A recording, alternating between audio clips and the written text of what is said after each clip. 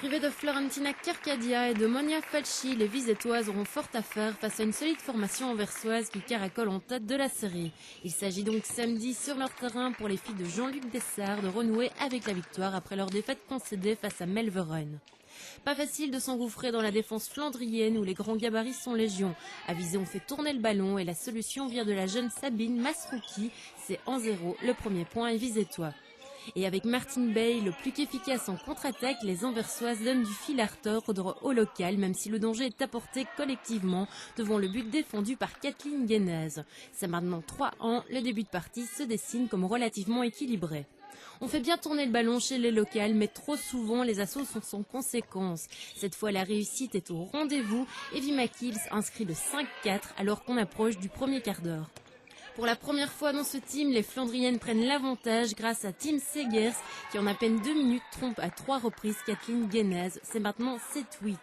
S'ensuit 10 dernières minutes où chaque concrétisation visétoise fait écho à une concrétisation des Flandriennes. Le score à la mi-temps est de 14-15. Tout reste à faire.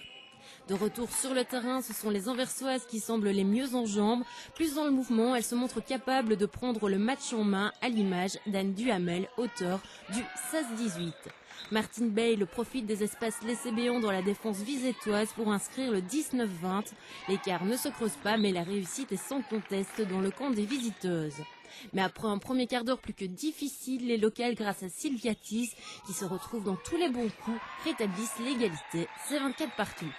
2 minutes encore dans cette partie, c'est maintenant 28-29 et Anvers obtient un penalty synonyme de 28-30. La victoire échappe aux Visétoises qui auront pourtant combattu avec beaucoup de cœur. Score final 28-30 dans un match au sommet où les absences de titulaires incontournables se sont laissées ressentir. Aujourd'hui, on a encore dû composer avec l'absence de 3-4 joueuses. Bon, même si les autres sont vraiment très performantes et tout, je vais dire que ça nous limite un petit peu parfois dans les changements. Et bon, effectivement, aujourd'hui, je crois qu'on est tombé un petit peu court physiquement contre une équipe qui, elle, justement, a un noyau de 14 joueuses.